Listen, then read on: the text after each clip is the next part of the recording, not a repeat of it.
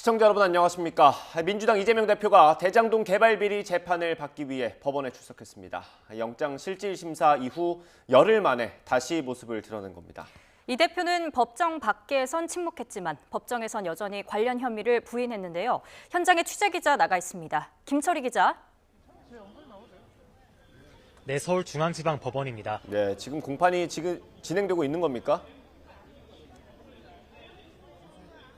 네, 오전 10시 반에 시작된 이재명 대표의 대장동 공판은 1시간 넘게 진행되고 있습니다.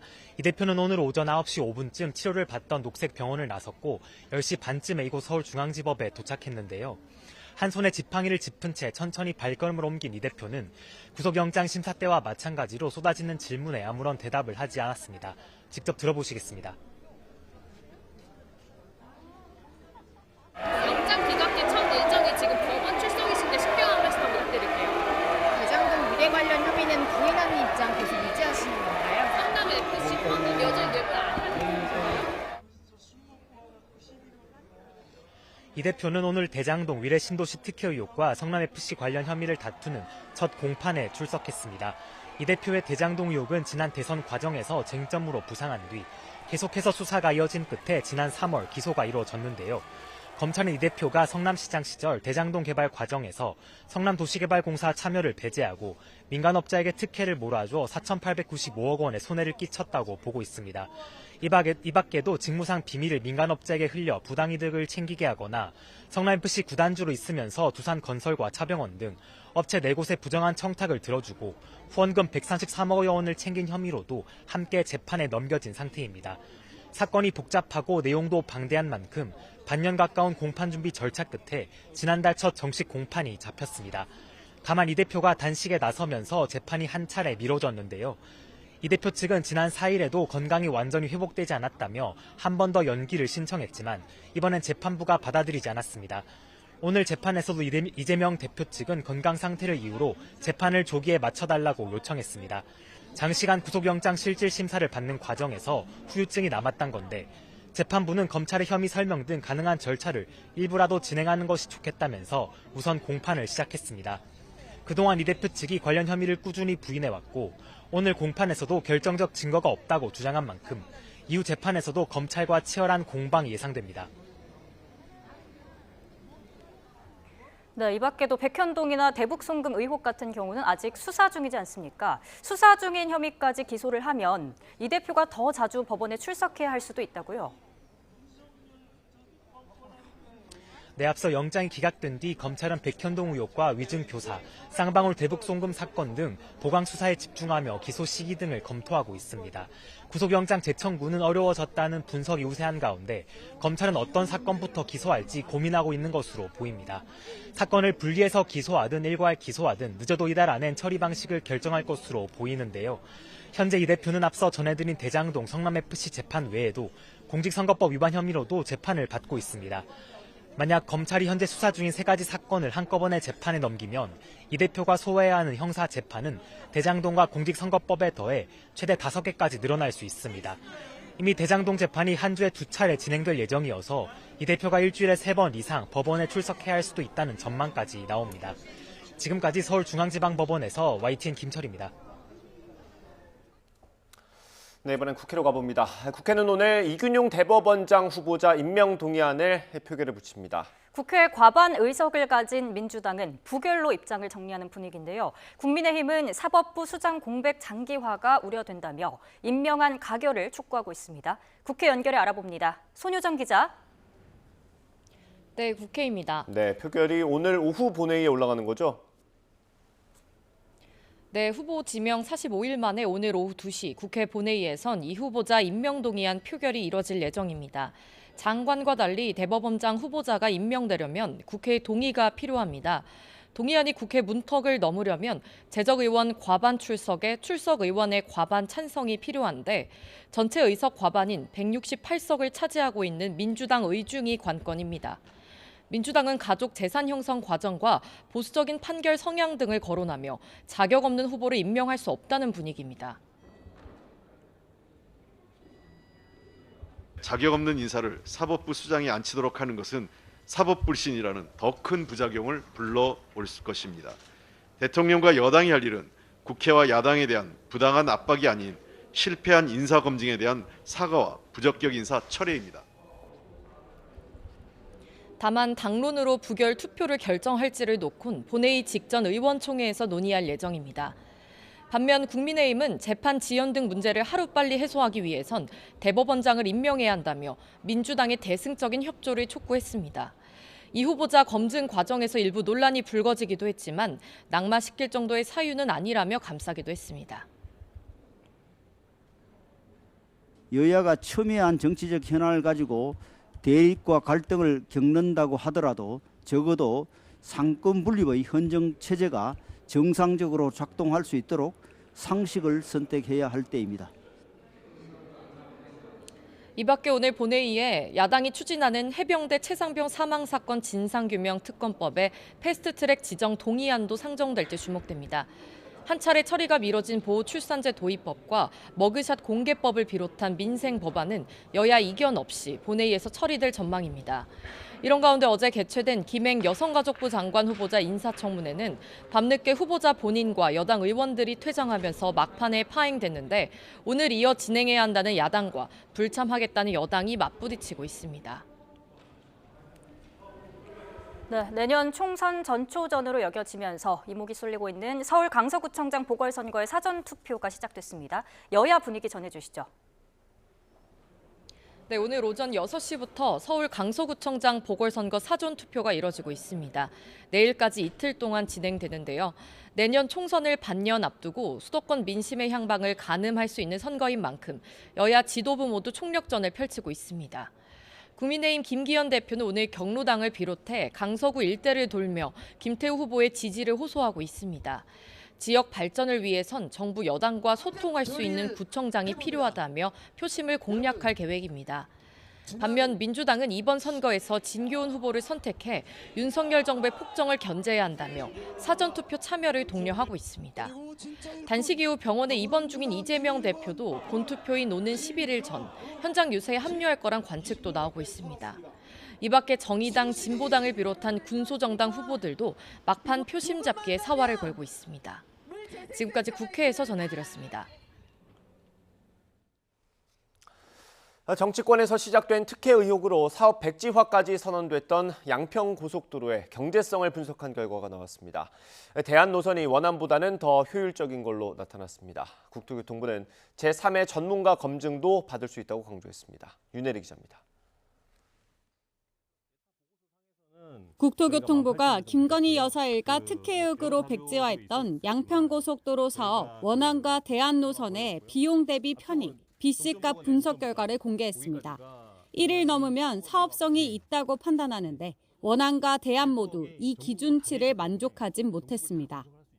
국토부가 공개한 자료를 보면 대안 노선이 사업비는 600억 원 증가하지만 하루 교통량이 6,000대 더 늘어 BC값은 원안보다 0.1 더 높았습니다. 다만 대안 노선의 경우 길이가 2km 늘어나고 설치해야 하는 교량이 11개, 터널이 3개 더 늘어나는 것으로 분석됐습니다. 대안 노선이 원안보다 비용은 3.6% 더 늘지만 편익이 17.3% 증가해 BC값이 더 우수하다는 게 국토부의 설명입니다. 하지만 이번에 비교 대상이 된 원안은 기존 예비 타당성 조사를 통과한 노선과 달리 시점 구간을 대안 노선과 똑같이 변경했다는 차이가 있습니다. 이에 대해 국토부와 용역업체는 기존 예타한 노선대로라면 주변 아파트나 상가 철거 보상비에만 6천억 원이 들어 추진이 어렵다고 설명했습니다. 그 예타가 시점부가 이 서울시 내부 도로로 연결이 돼 있습니다. 근데 이제 그 부분이 저희가 그 서울시하고 송파구하고 협의가 좀 안 되기 때문에 연결이 좀 힘든 상황이었고 그 연결이 힘든 상황에서 저희는 제일 순환선이랑 붙여야 되는 상황이었고요. 이번 결과는 국토부가 기존의 용역을 맺은 동해종합기술공사와 경동엔지니어링이 맡아 2주 만에 내놓은 것입니다. 분석 주체와 기간을 두고 객관성과 타당성이 떨어진다는 지적이 나올 수밖에 없습니다. 이에 대해 국토부는 타당성 조사 과정에서 기초자료가 이미 상당히 분석돼 있었다며 제3의 전문가 검증을 국회에 요청하겠다고 밝혔습니다. 국토부는 모든 논란이 해소되면 사업을 다시 추진할 수 있다는 입장을 다시 강조했습니다. 다음 주 국토교통위원회 국정감사에서 또다시 쟁점이 될 것으로 보입니다. YTN 윤혜리입니다. 지난해 말 5명의 생명을 앗아간 경기도 과천시 제2경인고속도로 방음터널 화재 사고 책임자들에게 1심에서 금고형과 징역형의 집행유예가 선고됐습니다. 수원지방법원 안양지원은 오늘 업무상 과실치사상과 자동차관리법 위반 혐의로 기소된 최초 발화 화물차 운전기사 A씨에게 징역 6개월에 집행유예 2년을 선고했습니다. 다만 재판부는 A씨가 화재 당시 비상등을 켠 뒤 조수석 문을 열어 문제를 알린 뒤 차량 내 소화기를 사용하거나 119 전화를 하는 등 과실이 있다고 보기 어렵다며 업무상 과실치사상 혐의에 대해선 무죄를 선고했습니다. 반면 당시 관제실에서 CCTV를 바로 보지 않는 등 주의 의무를 소홀히 하고 비상 대피 방송 등 조치를 하지 않아 인명피해를 키운 혐의로 구속 기소된 관제실 책임자에게는 금고 2년이 선고됐습니다. 앞서 지난해 12월 경기도 과천시 제2경인고속도로를 달리던 화물차에서 시작된 불이 방음터널로 옮겨 붙으면서 5명이 숨지고 56명이 다쳤습니다. 선고 결과 어떻게 보십니까? 내일 저녁 화려한 불꽃들이 서울 밤하늘을 수놓습니다. 서울 세계 불꽃 축제 올해 19번째로 개최되는데요. 100만 명이 넘는 인파가 몰릴 걸로 예상됩니다. 지난해 이태원 참사 뒤 처음으로 100만 명 이상이 한꺼번에 모이는 행사가 될 걸로 전망되는데요. 서울시와 경찰은 안전에 더욱 만전을 기하고 있습니다. 행사 당일 강북과 여의도를 잇는 주요 다리, 도로가 통제됩니다. 오후 2시부터 밤 11시까지 마포대교 남단부터 63빌딩까지인 여의 동로에 차량이 다닐 수 없습니다. 이 길을 다니는 20개 버스 노선도 모두 우회 운행합니다. 올림픽대로에서 63빌딩으로 빠지는 길은 현장 상황에 따라 탄력적으로 통제할 계획인데요. 또 원효대교 용산 방향, 오늘도 10시부터 오후 5시까지 2차로 차량 통행을 막습니다. 내일은 10시부터 용산 방향 인도를 막습니다. 다리 위에서 차를 대고 구경할까 싶은 생각도 드시죠?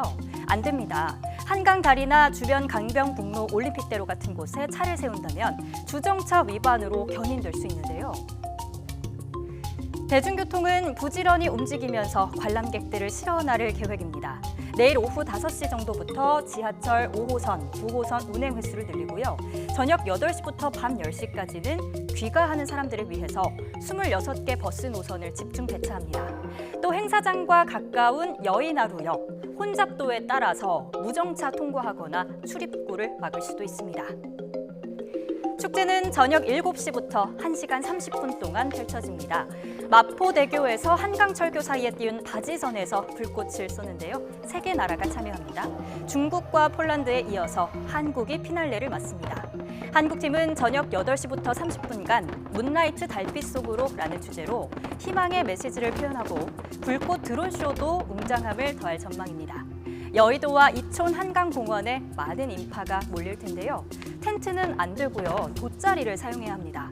또 한화 공식 유튜브 채널에서 실시간 불꽃 감상할 수 있으니까요. 현장에 가지 못하시는 분들도 함께 축제 즐길 수 있을 것 같습니다.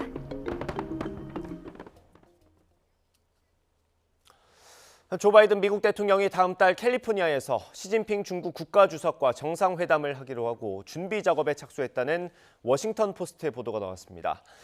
바이든 행정부의 한 관계자는 익명을 전제로 두 정상이 만날 가능성이 꽤 높다며 그와 관련한 절차를 시작했다고 전했습니다. 이에 따라 다음 달 샌프란시스코에서 열리는 아시아 태평양 경제협력체 APEC 정상회의를 계기로 두 정상이 회담할 가능성이 거론됩니다. 바이든 대통령과 시 주석에 대면하게 되면 지난해 11월 인도네시아 발리에서 열린 주요 20개국 정상회의 이후 처음입니다. 일본이 원전 오염수 2차 방류를 시작하면서 국제기구 총회에서 국가 간의 공방이 벌어졌습니다. 중국과 러시아는 국제협약을 어겼다고 일본을 비판했고 미국과 서방은 일본을 옹호했지만 별다른 결론은 없었습니다. 김태형 기자의 보도입니다. 영국 런던의 국제해사기구에서 열린 런던 협약 의정서 당사국 총회에서 후쿠시마 원전 오염수 문제가 논의됐습니다. 런던 협약과 의정서는 폐기물의 해양 투기 금지와 해양 오염 예방을 위해 만들어졌습니다. 포문을 연 중국 대표는 오염수 방류는 이기적이고 무책임한 행위이며 정말 안전하다면 바다에 버릴 필요가 없을 것이라고 일본을 비판했습니다. 러시아 대표도 런던 협약과 의정서 위반이라며 방류량과 성분 관련 정보를 공유할 것을 촉구했습니다. 반면 일본은 해저 터널을 통한 방류는 협약과 의정서에서 규정한 해상 투기에 해당하지 않는다는 입장을 되풀이했습니다. 미국 대표는 방류되는 물의 방사능 수준이 세계 다른 지역 해안가 시설에서 배출되는 물의 방사능 수준 이내일 것이라는 일본의 주장을 옹호했습니다. 이어 이 문제를 총회에서 논의할 필요가 없다고 말했습니다. 영국과 캐나다, 호주, 이탈리아 대표도 일본과 국제원자력기구를 지지했습니다. 우리 정부는 오염수 방류가 국제 기준을 충족한 것으로 보고됐다고 언급하고 안전한 처리와 투명한 자료 공개를 요청했습니다. 정부 대표는 방류가 원래 계획한 대로 진행되도록 하려는 국제사회의 노력은 런던 협약과 의정서의 해양 환경 보호 목표와도 일치한다고 말했습니다. 일본 오염수 방류 이후 처음 열린 이번 총회는 결국 별다른 성과 없이 공회전했습니다. YTN 김태현입니다.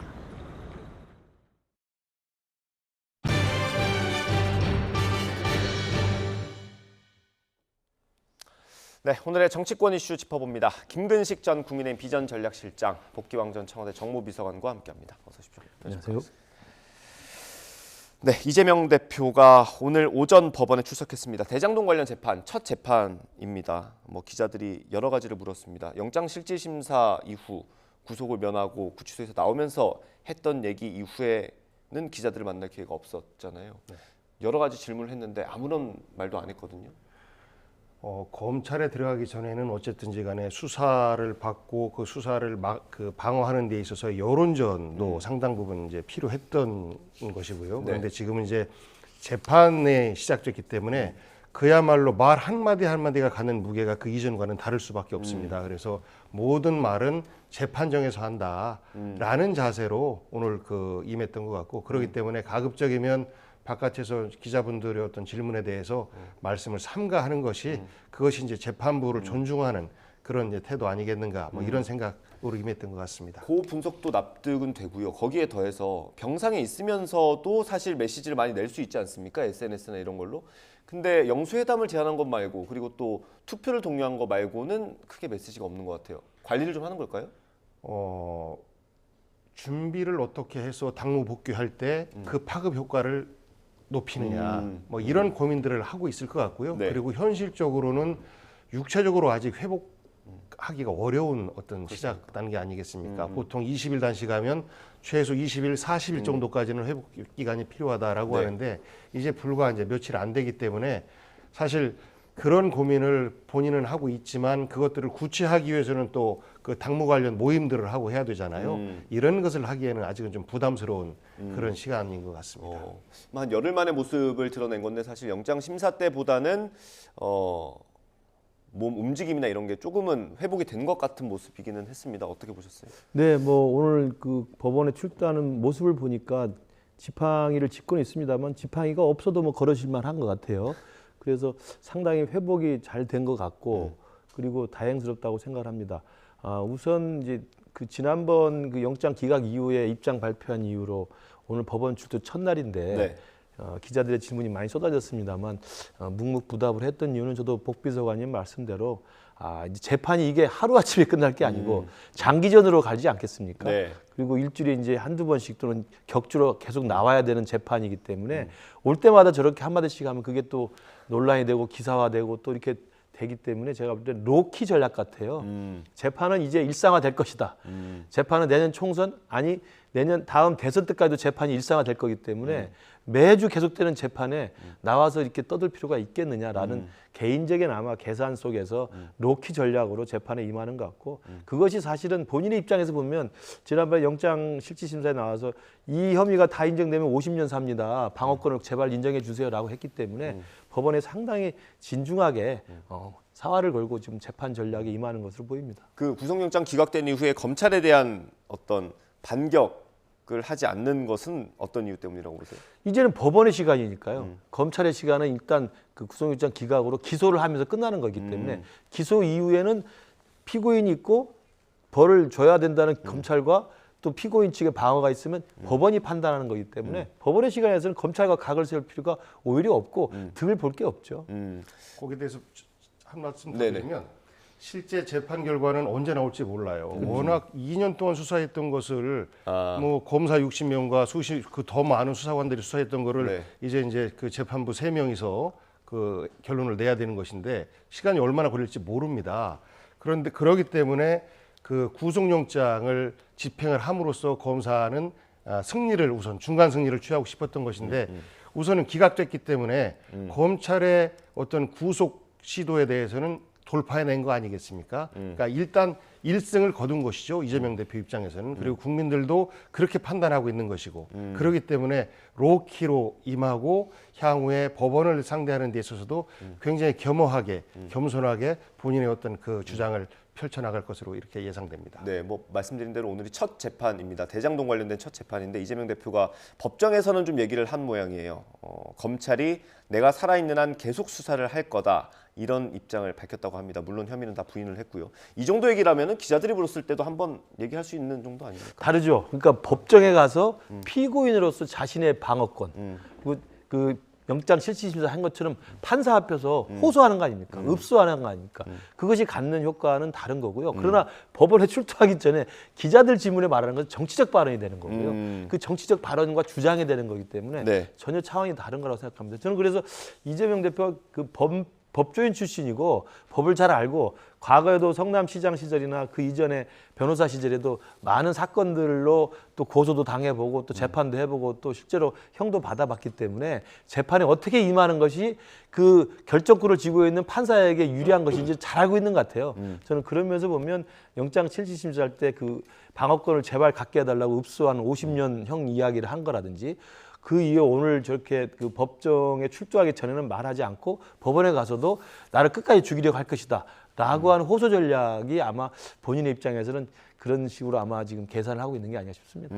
이게 제가 지금 재판정에서 한 얘기를 보고 있는데 그 내용이 있었고요. 이것도 있네요. 그 재판장님 죄송하지만 청이 하나 있다고 얘기하면서 정진상 피고인과 접촉을 전혀 못하고 있는데 법정 안에서라도 대화는 안 할 테니까 신체 접촉을 좀 하게 해달라. 안아보고 싶다. 이런 얘기를 했나 봐요. 본인이 이제 같이 일했던 사람이니까 그 정도 애틋함을 표현한 걸로 봐야겠죠. 이게 접촉을 아예 못하게 합니까? 법정에서? 그렇습니까? 제가 법정에 안 가봐서 잘 모르겠는데. 우선은 정진상 씨가 가장 가까운 사람이고 정진상 정도는 돼야 내 측근이다라는 말을 했지 않습니까? 그리고 지금 이재명 대표와 관련된 모든 혐의를 정진상 그 실장이 대신해서 쓰고 있는 뭐 이런 형국이잖아요. 네네네. 그렇기 때문에 그 같이 일했던 동료로서 정말 안타깝고 미안한 이런 어떤 감정의 표현 아니겠는가. 그래서 그 재판부에는 내가 야당 대통령 후보로 출마해서 졌기 때문에 이런 고난을 당하고 내 주변에서 이재명과 함께 정치의 고난의 길을 걸었던 사람들이 지금 너무 어려운데 한 번이라도 만나고 싶다라고 하는 것은 어찌 보면 인정에 호소하면서 동시에 우리가 이 사건과 관련해서 결코 어떤 뭐 증거를 어떤 그 뭐 위조한다든지 네. 이런 시도조차도 없었다라는 메시지를 간접적으로 드리는 것 아닌가 싶습니다. 네. 저는 이제 그 말씀 들으니까 생각이 나는 게 예. 영화의 한 장면 같습니다.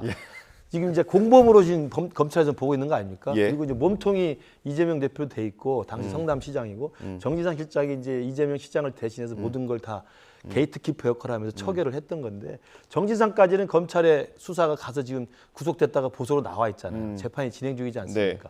그러면 제가 알기로 이제 보석으로 나와 있는 혐의자 피고인은 그 범죄 혐의와 관련된 공범하고는 연락을 전혀 못하게 돼 있습니다. 아, 이게 보석 조건에 그게 포함되어 있나 그럼요. 봐요. 예, 그럼 나와서 만나서 서로 증거인멸하고 입 맞추면 되겠습니까? 네네네네. 보석을 할 때는 공범들과 그 혐의를 같이 받고 있는 사람들과는 절대 일절 문자든 전화든 만나지 못하게 돼 있기 때문에 아마 그렇게 이야기한 것 같은데 저게 이제 왜 제가 영화의 한 장면을 생각하냐면 그렇게 답답하죠. 예. 만나서 이야기도 듣고 싶고 그다음에 다짐도 받고 싶고 잘 버텨라. 나도 잘 버티고 있다. 그런데 그렇게 하고 싶으니까 아마 이제 오늘 원컨대 청이 있다고 한다면 법정에서라도 말은 안 할 테니까 만나게 해달라는 건데 포옹을 하면서 귓속말로 끝까지 잘 버텨 이렇게 하려고 하는 것이죠. 정말 이재명 대표의 이 사법 리스크를 쭉 보면 네. 나중에 이 역사가 어떻게 판명날지 모르겠습니다만 진실을 봐야 되겠습니다만 영화로 충분히 만들 만한 장면이라고 생각합니다. 그건 이제 실장님의 상상. 제 개인적인 생각입니다. 상상. 예. 아마 국민들도 많이 생각할 거예요. 알겠습니다. 딱 포옹을 왜 하려고 하겠습니까? 예. 끝까지 잘 버텨. 예. 딱 이렇게 하는 거죠. 이게 뭐 일단 정리를 한번 해보면 저도 헷갈렸는데 정진상 실장이 이제 보석으로 나와 있는데 그 보석 조건에 이제 이재명 대표가 접촉할 수 없는 조건이 있는 것이고, 그럼요. 이재명 대표 입장에서는 같이 일했던 사람이니까 한번 안아보고 싶다라고 한 건데 법정 안에는 일단 뭐 보는 눈이 많으니까 우리가 무슨 짓을 하겠냐, 결백하니까 안아보게만 해달라라는 그런 취지였던 것으로 정리를 하겠습니다. 아까 말씀해 주신 거는 실장님의 개인적인 생각이시고 안아보면서 귓속말은 다 할 수 있죠. 예, 알겠습니다. 왜 그래? 평소에 존경하는 분인데 실망스럽게. 알겠습니다. 아무튼 뭐 재판 내용이 그런 게 있었고요. 재판은 일단 오늘 재판은 여기서 마무리가 되는 것 같습니다. 그런데 이재명 대표가 지금 받는 재판이 있고요. 또 기소가 될 것도 있지 않습니까? 그래서 일주일에 뭐 사흘 이상을 재판을 해야 된다라는 전망도 있던데 어떻습니까? 이게 당무가 가능하겠습니까? 그럼에도 불구하고 뭐 충분히 가능하지 않겠느냐 싶고 이미 예상했던 것 아니겠습니까? 예를 들어서 요즘에 이제 위증교사 혐의가 어느 정도 소명됐다라고 또 막 이제 국민의힘과 검찰이 떠들고 있는데 계속해서 새로운 것들이 나오고 있는 거예요. 파다가 뭐 하나 걸리면 그것 또 들여다보고 뭐 하나 걸리면 들여다보고 그 위증교사 혐의라는 게 사실상 20년도 전 이전에 있었던 일에 대한 이야기 거든요. 네. 그런 것까지도 다시 살려서 수사를 하는 판이니 이번에 또 그 후원금과 관련돼서도 또 뭐 압수수색하고 했으니까 또 할 거예요. 네. 그래서 이재명 대표가 정치인으로 살아있는 한 윤석열 정부가 존재하는 한은 계속해서 죽이려고 할 것이다 라는 표현을 그 법정에서 한 것은 정치 재판이다. 이것은 이재명에 대한 이런 규정을 한 것이라고 저는 보고요.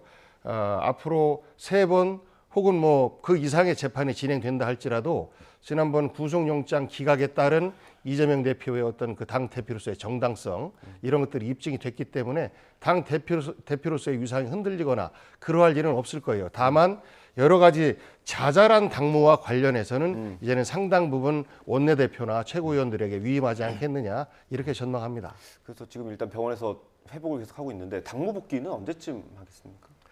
아마 오늘 그 언론에 드러난 그 겉모습으로 봐서는 뭐 지금이라도 당분 복귀 가능할 것 같고요.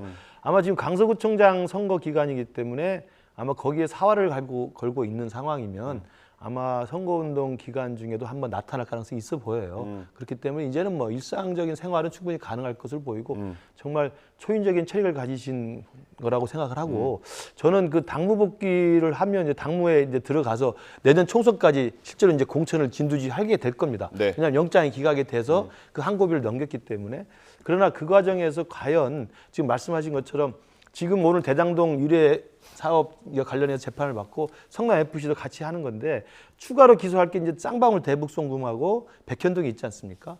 그다음에 이중교사를 따로 또 분리 기소한다는 말도 나오고 그러고 보면 일주일에 2번 나갈 수도 있는 상황이고 그래서 정말 대한민국 헌정사상 제1야당 현직 대표가 일주일에 2번 이상 재판장에 계속 매주 나가야 되는 그래서 아마 오늘 아무 말도 않고 들어갔을 거예요. 매주 보여주는 건데 매주 무슨 말을 하겠습니까? 이제 재판의 일상화 로키 전략으로 갈 수밖에 네. 없는 상황이어서 아마 그렇게 될 것 같은데 사상 초유의 일이라고 생각을 합니다. 알겠습니다.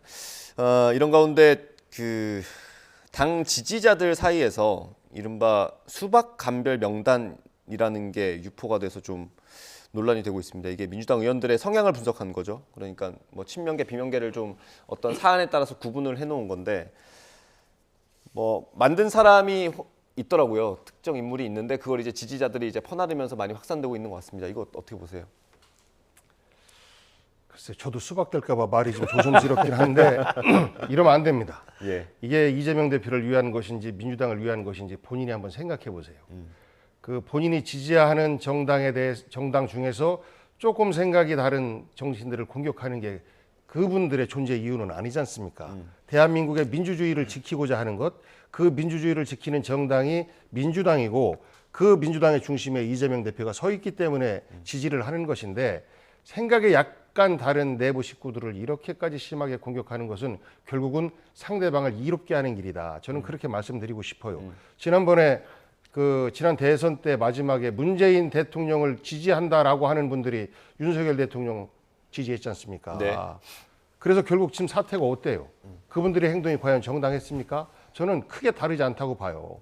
그래서 이렇게 내부를 분열시키는 행위들, 이렇게 반복적인 행위를 하시는 분들은 저는 민주당이 결코 이로운 분들이 아니다라고 생각합니다. 지금은 크게 하나로 통합해서 대한민국의 민주주의를 지키고 당장의 목전에 있는 강서구청장 선거를 승리하고 내년 총선 어떻게 이길까를 고민해야지, 이렇게 뭐 수박 간별이다, 당도가 어떻다 해서 이 뉴스 자체가 지난 한 3일 정도 거의 덮고 있는 거 아니겠습니까? 네. 저는 그분들에게 이래서는 안 됩니다라는 말씀 드리고 싶어요. 예, 이게 뭐 매번 반복되는 얘기입니다. 그 강성 지지층에서 이런 논란이 있을 때마다 지도부가 나서서 좀 강력하게 제지를 해야 된다라는 지적들이 있습니다. 그래서 뭐 이런 게 해당 행위다라고 이렇게 좀 명시적으로 이렇게 강력하게 경고하는 게 필요하지 않습니까? 이미 이재명 대표가 여러 차례 했고 면전에서도 했습니다. 수박이란 말 쓰지 마세요 라는 말까지 했어요. 그런데 이분들이 누구에게 어떤 기대서 혹은 어떤 정치적 이익을 보려고 민주당 내에서 이런 분들이면 절대로 이렇게 안 하죠. 그런데 자유롭게 하는 거예요. 자유롭게. 이것이 과연 이재명 대표와 민주당에게 이익이 되는지 손해가 되는지라기보단 본인의 생각들을 너무 거침없이 표현을 하다 보니까 네. 매번 반복적으로 이야기를 해도 과연 이분들이 들으실까 이런 걱정을 하는데, 과거에 우리가 출당 조치를 한 적이 있었습니다. 예. 전 마찬가지로 반복되면 이분들에 대해서도 저는 그런 조치를 해야 된다라고 생각을 합니다. 예, 실장님. 저 이제 제가 존경하는 복귀왕 비서관님께서 오늘 일부라도 좀 출당 조치를 해야 된다고 말씀하셔서 제가 좀 걱정스럽습니다. 또 수박 당도에 올라가실까 봐. 제가 아는 한 그런 분은 아닌데 예. 참 우리 또 이 강성 지지자들은 또 어떻게 볼지 모르기 때문에 예. 좀 걱정스럽기도 하고요. 저는 이 상황을 보면서 이게 뭐 한두 번 있었던 일도 아니고 계속 있었던 이 강성 지지자들의 극성 행위인데요. 이재명 대표가 결국 키를 쥐고 있고 이재명 대표가 이 부분에 대해서 가르마를 타줘야 됩니다. 네. 결국은 이재명 대표의 남아있는 과제라고 생각하고요. 이번에 영장 기각으로 구속이라는 고비는 넘겼습니다. 네. 그래서 이재명 대표 입장에서 한숨 돌리고 총선까지 가겠구나 생각을 할지 모르겠습니다만, 지금 사실 앞으로 진행되는 걸 제가 예측컨대 구속의 고비는 넘겼습니다만 더 큰 고비가 바로 이 당 분열의 고비입니다. 이 당 분열의 고비 앞에 이재명 대표가 어떻게 할 것인가. 애매한 입장을 취하고 수박 당도 측정하는 개딸들 주위에 포위돼서 계속 이런 식으로 친명계만을 계속 옹호하는 방향으로 갈 것인지, 아니면 단호하게 이 개딸들과의 결별을 하든지, 아니면 정말 비명계를 완전히 나서서 쳐내가지고 분당을 시킬 것까지 각오가 갈 것인지, 저는 이재명 대표에게 구속의 고비보다 이 당 분열의 고비가 훨씬 더 큰 고비라고 생각하고, 예. 저는 그 부분을 예의주시할 거라고 생각하는데, 제 생각에는 그래요. 이재명 대표가 당무 복귀도 저걸 공식적으로 나서서 할 필요가 없습니다. 왜냐하면 이미 정청래 수석 체계와 박찬대 최고 등 지도부 등에 나서서 연일 공격을 했습니다. 네. 해당 행위다. 색출하라, 축출하라. 그리고 이건 외상값을 받아야 된다. 그 지시가 떨어졌기 때문에 개딸들이 뭐 저렇게 하고 있는 거고요. 네. 이게 저기서 당장 끝나는 게 아니고 자유로운 의견 분출 같습니다만 네. 의도가 있는 거예요.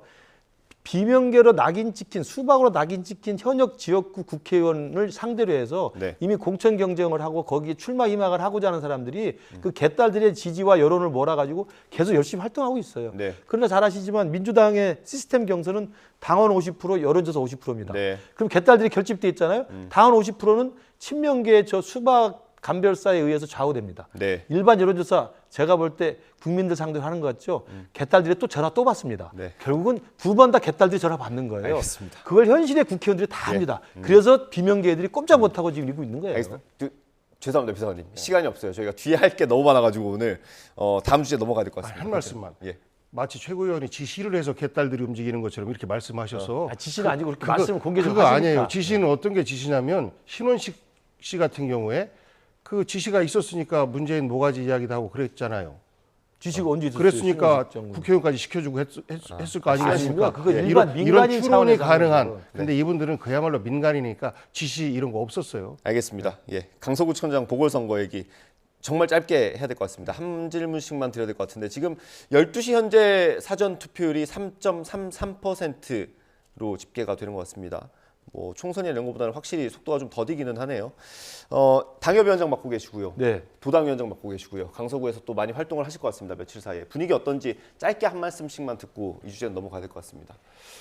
지금 서울시장 선거보다도 더 집중이 돼 있고 전국의 관심이 집중돼 있는 거죠. 근데 다만 정작 유권자인 강서 구민들 같은 경우에는 오늘은 사전투표지만 직장인들은 사실 가기가 어려운 상황이고 결국은 이제 직장이 없거나 어르신들만 갈 수 있는데 네. 어르신들은 본투표에 많이 나가시는 거 아니겠습니까? 네. 그래서 사실 핵심은 내일 토요일 날 투표율이 어떻게 진행되느냐가 네. 저희 민주당에서는 가장 큰 관심사입니다. 네, 알겠습니다.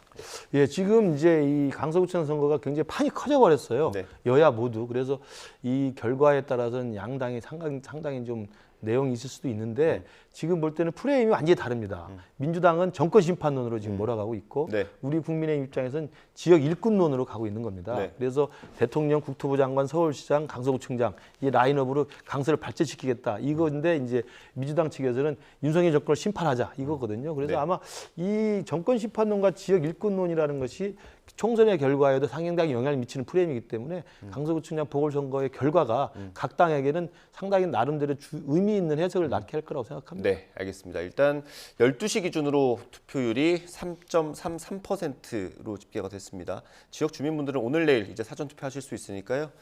소중한 투표 한 표 행사하시면 좋겠고요. 이건 또 내일 선거 투표가 있고 본 투표도 있으니까 앞으로 또 많은 얘기를 할 수 있을 것 같습니다. 다음 주제 다뤄보겠습니다. 어제 국회에서 두 후보자, 장관 후보자 인사청문회가 있었습니다. 김행 여가부 장관 후보자 그리고 윤희촌 문체부 장관 후보자 있는데 저희가 김행 장관 후보자 인사청문회 영상을 저희가 정리를 해서 하나 준비해놨거든요. 네, 요거 보고 돌아오도록 하겠습니다. 제가 장관 후보자로 지명된 지 20일 만에요. 제가 무슨 사건인지도 모르겠어요. 그 사건에 제가 주가 조작의 주범처럼 지금 묘사가 되어 있어요. 그러니까요. 제가 어떻게 아니라고 입증을 하겠습니까? 입증을 하셔야죠. 아니 제가 후보자님이 하셔야죠. 저를 형사범으로 몰고 있지 않습니까? 제가 여기 와서 지금 범죄자 취급을 당하는 것이 지금 그러면 아니 도저히 이걸 감당을 못 하시겠으면 사퇴를 하시든가요. 갑시다.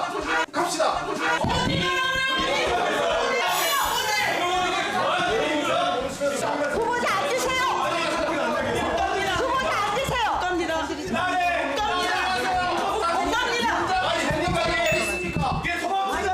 원활한 청문회 진행을 위해 10분 정회하겠습니다. 회의를 속개하도록 하겠습니다. 원활한 회의 진행을 하기 위해서 협의를 하려고 했는데 지금 후보자가 들어오지 않고 있습니다.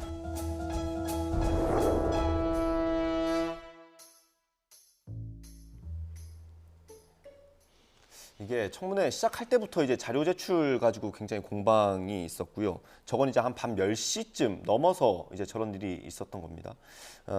이제 야당에서 계속 자료 요구를 하니까 김행 후보자는 어렵다고 대답을 했고요. 그리고 이제 민주당 출신이죠. 그 권인숙 여가위원장이 그렇게 자료를 못 낼 거면 사퇴하는 게 낫지 않냐 이런 얘기를 했던 거예요. 그래서 여당이 반발하면서 김행 후보자랑 여당 위원들이 다 퇴장을 했어요. 그래서 청문회가 뭐 파행이 됐죠. 이거 어떻게 보셨어요?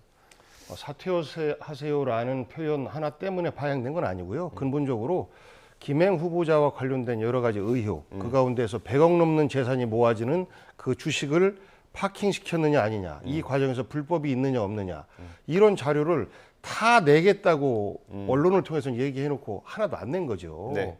그러다 보니까 그럼 무엇을 가지고 검증을 합니까? 라고 하면서 이제 의혹 제기를 하면 아닙니다. 저는 그렇게 생각 안 합니다. 이렇게 얘기하고 특히나 저는 깜짝 놀랐던 것이 김한규 의원의 질의 중에서 네. DC 인사이드 관련된 그 관련된 투자 회사라든지 이렇게 상임 고문이나 사회이사나 이런 것들을 해놓고 본인은 몰랐대요. 그러면서 관련된 회사들은 상당한 이득을 얻어요. 일종의 주가 조작 혐의와 똑같은 것인데 이걸 조국 청문회와 비교를 해보면요, 이건 바로 압수수색 들어가야 되는 내용입니다. 그런데 자료는 전혀 안 내놓고 객관적인 근거나 언론 자료 이런 것들에 대해서 주장을 하면 공격한다고 반복적으로 이야기만 하고 그러다 보니까 파행이 된 것인데 저는 윤석열 대통령의 그 행위를 다음번에 좀 보고 싶어요. 과연 이러한 후보를 임명할지 어떨지. 저는 그 논란 속에서 여야가 부적절한 언행을 하고 한 부분은 극히 일부분이고 본질은 김행 후보자가 후보자에게 요구되는 여러 가지의 그 자료들, 본인에 대한 검증을 회피하는 부분들, 이런 부분 때문에 어제 파행이 된 것이고, 헌정사상 초유로 청문회 제도가 도입된 이후로 초유로 주랭랑친 후보자. 이건 정말 이게 뭡니까? 위원장이 자리에 앉으세요 그러면 여당 의원들은 일어난다 할지라도 본인은 남아 있어야 되는 거죠. 네. 본인이 알겠습니다. 여당입니까? 국무위원 후보자지. 알겠습니다. 오늘 아침에도 아마 야당이 이제 청문회를 제기하려고 했는데 후보자가 안 와서 뭐 사실상 할 수 없게 된 상황이고요. 야당에서는 제기하는 의혹들을 보니까 통정매매, 배임 이런 것들이 있어요. 아마 자료를 정리해서 고발까지 갈 가능성도 있어 보이거든요. 그 내용들이 다 소명이 됐다고 보세요? 그러니까 이른바 이제 주식 파킹 의혹에 대해서는 후보자가 좀 더 성실하게 해명하고 또 밝힐 게 있으면 밝히는 것이 필요해 보이고요. 아마 그 부분에 관해서 이제 만약에 민주당 측에서 의혹을 제기하면서 확실하게 정말 이건 심증이 가고 혐의가 있다, 자료가 있다 싶으면 뭐 고발을 할 수도 있을 거라고 생각합니다. 네. 조국 전 장관의 경우도 결국 시민단체가 나서서 고발이 됐기 때문에 검찰에 나서서 수사가 개시가 된 거거든요. 네. 그래서 민주당도 자신이 있다면 저는 고발을 해기를 바라고요. 김행 후보자께서도 그 주식 파킹 의혹과 관련해서 정말 떳떳하게 할 수 있다고 한다면, 왜냐하면 백지 신탁이라는 공직자 그 법을 어겼다는 의혹을 받고 있는 것이기 때문에 소명을 하면 될 거라고 생각을 합니다. 아마 이제 어제 밤늦게 저렇게 파행이 된 것도 제가 듣기로는 이제 그 파킹과 관련돼서 그 딸의 주식 네. 지분 의혹이 있는데 이걸 어떻게 할 거냐 공개를 하니까 딸이 개인 정보라서 공개하지 않는다라고 이야기한 거거든요. 그러니까 그런 다양한 내용들의 의혹에 대해서 당당하다고 한다면 저는 확실하게 해명을 하고 고비를 넘길 수 있다고 생각하고, 다만 여가 위원장으로서의 권인숙 의원이 아무리 흥분했다고 치더라도 위원장이면 사회를 보는 입장 아닙니까? 네. 사퇴하세요라고 이야기하는 건 그건 국회의원이 예전에 우리 당 사람들이 많이 했던 이야기고 야당이 많이 했던 이야기지 위원장이 할 이야기는 아닙니다. 알겠습니다. 거기서 지금 상황이 커진 거고요. 네. 또 똑같은 입장에서 저도 복 비서관님 말씀대로 그렇다고 해서 여당은 흥분해서 나갈 수가 있어요. 네. 후보자가 나가는 건 제가 봐도 예, 그렇죠. 제가 봐도 조금 좀 과하다 생각합니다. 그래서 알겠습니다. 저는 이 여가위원회에 있었던 이 공직 후보자 청문회를 보면서 인사청문회 제도의 근본적인 좀 개선책을 여야가 머리를 맞대고 좀 생각해 볼 때가 됐다. 너무 비효율적이고 너무 비생산적이고 너무 국민들에게 눈살 찌푸리게 만들어요. 알겠습니다. 어제 있었던 청문회를 하나 더 정리했습니다. 영상으로요. 유인촌 장관 후보자 청문회입니다. 함께 보겠습니다. 지금 장관께서도 그 YTN 영상에서 XX 이거 전혀 말씀하신 바가 없는데 XX 이렇게 붙어서 마치 욕설을 한 것처럼 뉴스가 나가지 않았습니까? 뭐 그 당시에도 그렇지 않다고 여러 번 제가 말씀을 드려도 계속 XX로 나갔기 때문에 네. 뭐 그걸 그 제가 어떻게 음성을 들은 분들은 욕설을 하지 않은 것을 충분히 확인할 수 있습니다. 그럼에도 불구하고 그 자막에 XX 이렇게 나갔기 때문에 마치 욕설을 한 것처럼 인식하게끔 했는데요.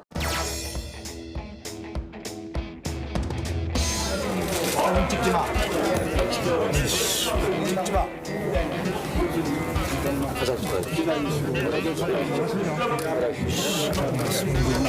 정말.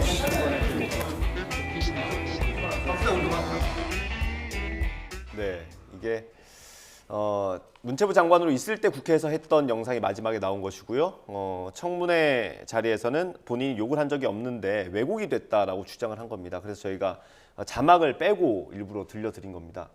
짧게 30초씩만. 네. 저는 귀가 별로 안 좋은데 들리는데요. 뭐 욕설 미수 사건이다 이런 말도 있는데 예. 실제 저런 모습을 국회에서 보였다. 이건 정말 오만함의 극치를 보인 장관의 모습이었고, 그리고 우리 사회의 블랙리스트, 문화예술계 블랙리스트에 사실 시초가 된 장관, 그에 대한 정치적 책임이 있는 것인데 다시 또 이 시대에 소환된 것, 이 자체가 이게 뭡니까? 대한민국 거꾸로 가는 모습이죠. 그래서 네. 저는 이것을 바라보는 우리 국민들이 과연 어떤 마음으로 바라봤을까, 정말 대한민국에 왜 이럴까라는 답답함 속에서 봤을 것 같습니다. 네, 마지막으로 정리해 주시죠. 뭐 이게 이제 뭐 정말 또 귀를 열고 또 뭐 음성 분석 전문가가 나와야 될 이런 사건은 아닌 것 같고요. 예. 이게 또 무슨 바이든 날리면 해서 되겠습니까? 저는 저 때 했던 그 다소 격한 감정적 표현이 있었던 거죠. 그 부분에 대해서는 어제 유인촌 후보자도 나와서 저게 15년 전 영상입니다. 그리고 굉장히 혈기왕성한 때였기 때문에 어제 나와서 그 당시에 다소 감정적으로 격했던 것에 대해서 사과드린다고 이야기를 했어서 네. 그 자체로 저는 이 문제를 일단락이 되는 것이지 15년 전에 저게 XX인지 아닌지를 지금 뭐 음성 분석해서 무슨 의미가 있겠습니까? 제가 볼 때는 누구도 사실은 그 부분에서는 분명하게 말할 수 없기 때문에 저 사건은 어제 그 자체로서 과도한 표현이었다는 말을 하는 걸로 좀 정리를 하는 게 낫다고 생각하고 저는 그 부분에 대해서 야당 의원도 수긍하는 태도가 좀 필요하지 않나 생각합니다. 네.